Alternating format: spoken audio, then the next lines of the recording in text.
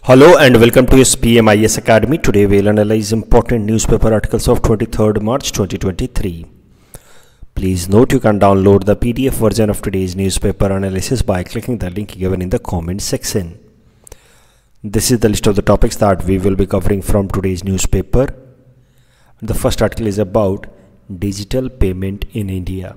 And this topic is important from our syllabus GS paper 3 Indian economy point of view. यहाँ जो भी data हम discuss करने जा रहे हैं that would be very useful while writing an answer in Indian economy specially on the topic digital payment. तो briefly एक बार ज़रा देख लेते हैं डिजिटल पेमेंट होता क्या है. वैसे आई नो कि आप सबको पता ही है. तो digital payment represents electronic mode of payment या transaction. So it refers to transfer of certain value from one payment account to another payment account using devices such as mobile phone या जो POS मशीन आप देखते हैं जिसमें आप कोई भी क्रेडिट या डेबिट कार्ड स्वाइप करके पेमेंट करते हैं या कंप्यूटर के थ्रू जो पेमेंट्स होते हैं. All such payments should be considered as part of digital payment. Digital payment के क्या क्या मोड्स हो सकते हैं. तो सबसे ज़्यादा आजकल इस्तेमाल किया जा रहा है यूपीआई. यूपीआई का ही इस्तेमाल करता है, यूपीआई टेक्नोलॉजी का इस्तेमाल करता है भीम. यूपीआई ऑफलाइन मोड में या फीचर फ़ोन से पेमेंट करने के लिए यूपीआई 123 पे है, UPI lite. There are different methods of card payment, right. Debit card, credit card, ये सब होते हैं. IMPS system, Aadhaar enabled payment system. So there are many methods of digital payment. अगर पेमेंट इकोसिस्टम की बात की जाए तो इतने सारे लोग पेमेंट इकोसिस्टम का हिस्सा होते हैं. ये सब डायग्राम बनाने में काम आएगा मेंस आंसर राइटिंग में. उससे थोड़ा आंसर भरा पूरा लगता है, ठीक है. तो मेंस आंसर राइटिंग हम लोग करेंगे after once prelims is done. तो थोड़ा बहुत मेंस आंसर राइटिंग पे भी चर्चा करेंगे. कैसे कोई भी खाली स्पेस नहीं छोड़ रहा है वहाँ पे. अगर कभी भी कोई स्पेस छूटे तो वहाँ पे कुछ डायग्राम बना देना है. तो मान लीजिए डिजिटल पेमेंट पे सवाल आए तो पेमेंट इकोसिस्टम बना दीजिए कि उसमें कौन कौन से पार्ट होते हैं पेमेंट इकोसिस्टम में. तो one is the consumer who initiates the transaction, then there are merchants who accepts the transaction. उसके बीच में फिर बैंक होता है, क्रेडिट कार्ड या डेबिट कार्ड इशूइंग कंपनियां होती हैं. ये सब पेमेंट इकोसिस्टम का हिस्सा होता है.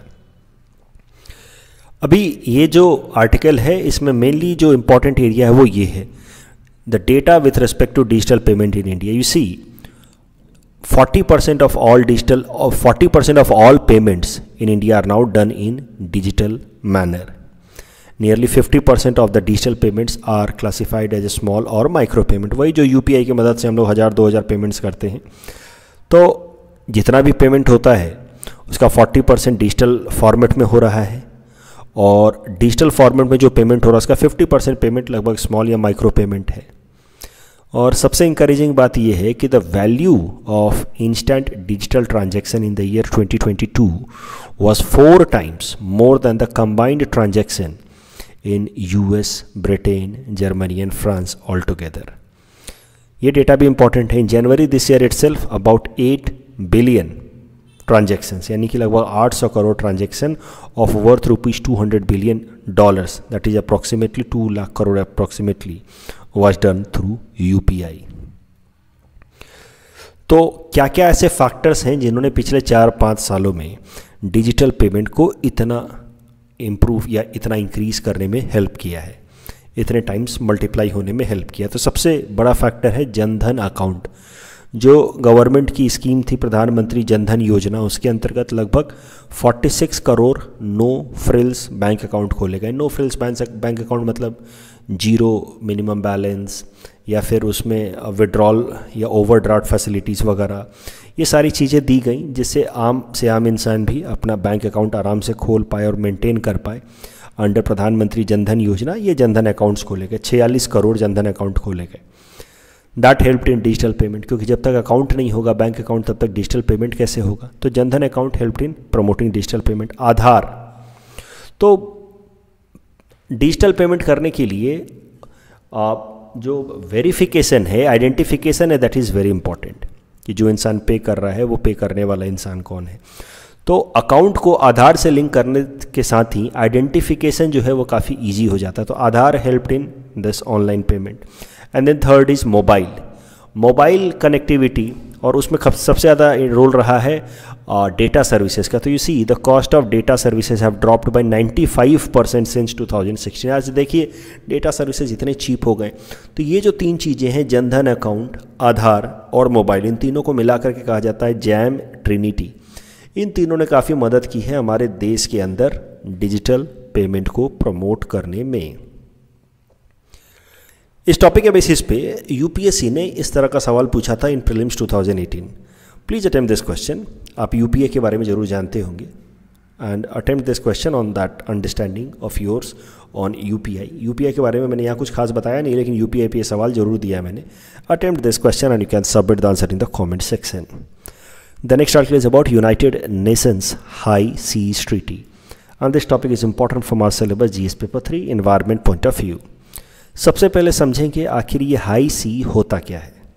तो देखिए, ओशन के अंदर अलग अलग रीजन्स को डिमार्केट करने के लिए एक इंटरनेशनल लॉ बनाया गया है जिसका नाम है United Nation conventions of laws on sea, UNCLOs।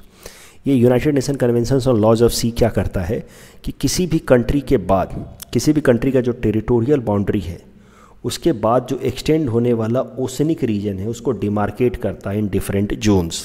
For example मान लीजिए कोई देश है, ये उसकी यहाँ पे शुरू होती है, ख़त्म होती है टेरिटोरियल बाउंड्री और मैरीटाइम बाउंड्री शुरू होती है यहाँ पे, इस पॉइंट पे। तो according to United Nation conventions on laws of sea, इस बेस लाइन से 12 नॉटिकल माइल्स तक का जो डिस्टेंस होगा that will be known as territorial water, and this water and the land will be as good as the territory of the country itself. Base line से 24 nautical miles तक, यानी कि territorial water से और 12 nautical miles तक का जो distance होगा that would be known as contiguous zone.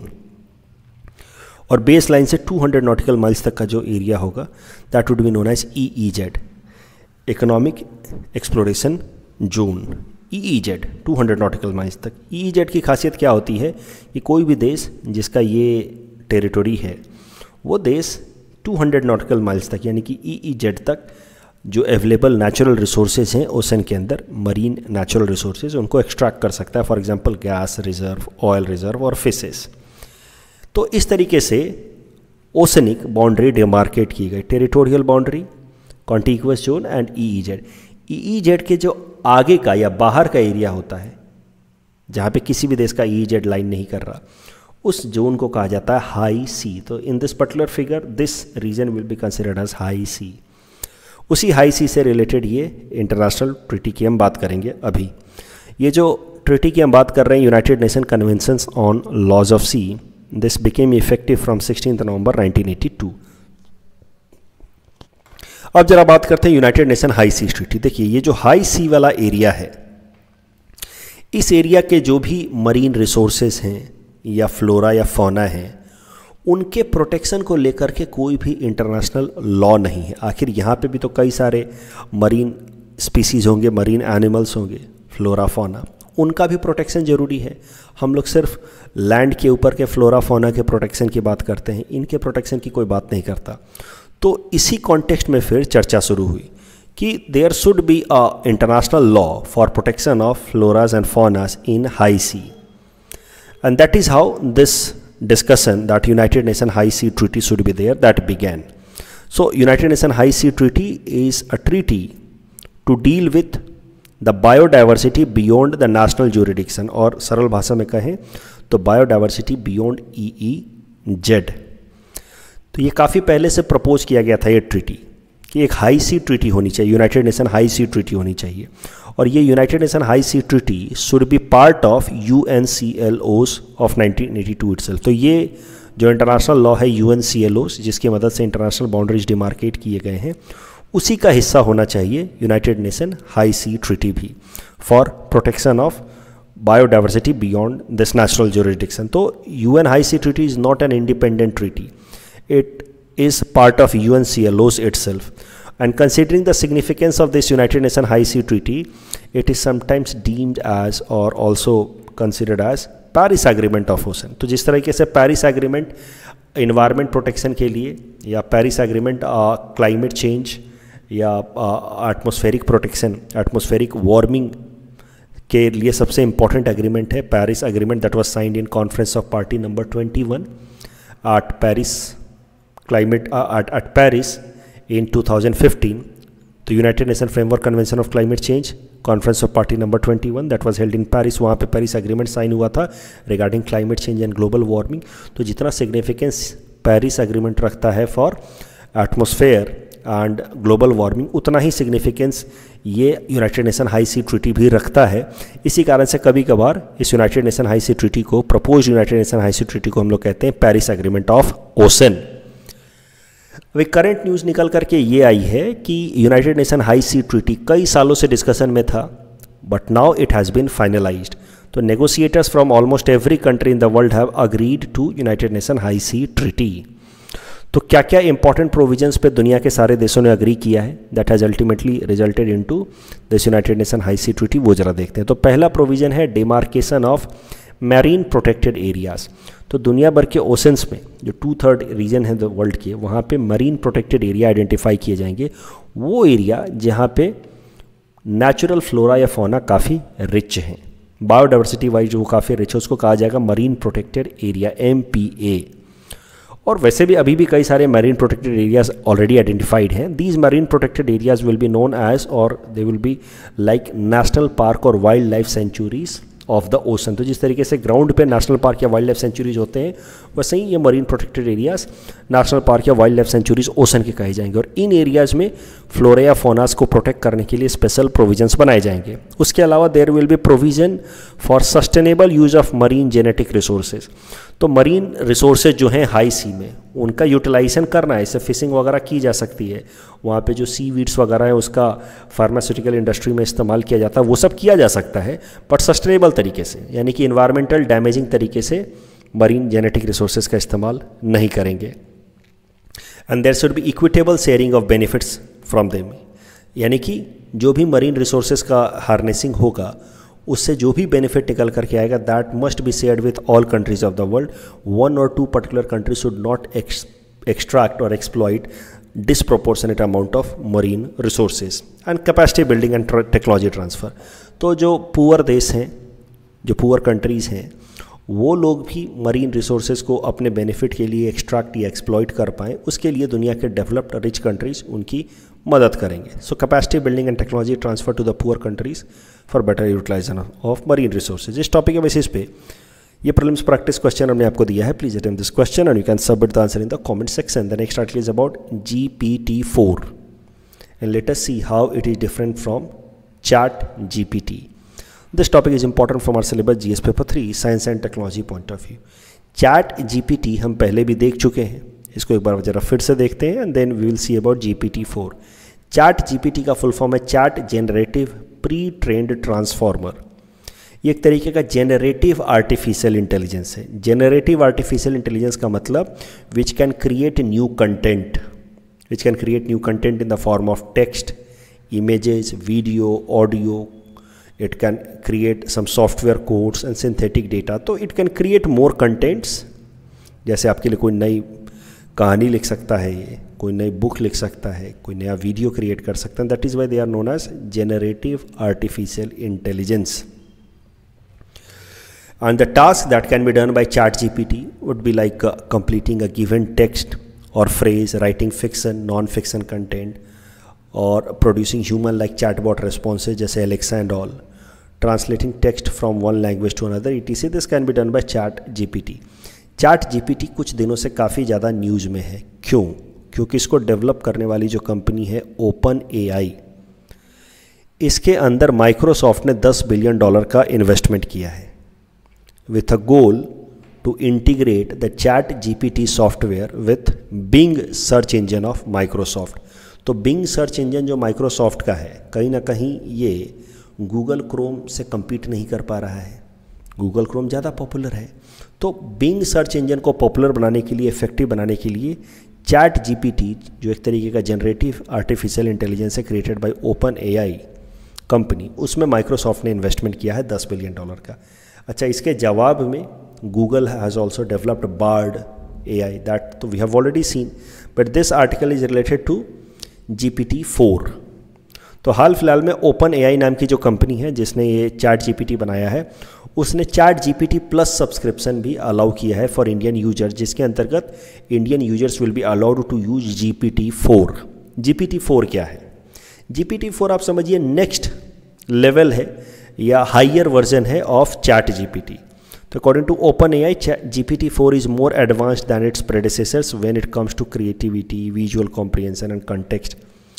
And Chat GPT की तुलना में GPT-4 possesses the ability to collaborate with users on various creative projects and all. तो it is more effective, more dynamic.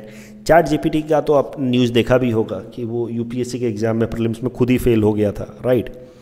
तो अभी भी इसमें कई सारे डेवलपमेंट्स होनी बाकी हैं। चैट जीपीटी बहुत बार सेंटेंसेस फ्रेम करने के लिए दिया जाता है तो मीनिंगलेस सेंटेंस फ्रेम कर देता है, इररिलेवेंट सेंटेंस फ्रेम कर देता है, और अगर मान लीजिए कि ग्रामेटिकली सही सेंटेंस फ्रेम भी करता है तो आउट ऑफ कॉन्टेक्स्ट वो सेंटेंस फ्रेम कर देता है। That is another problem with chat GPT. तो उसको अपग्रेडेड वर्जन लाया गया है GPT-4।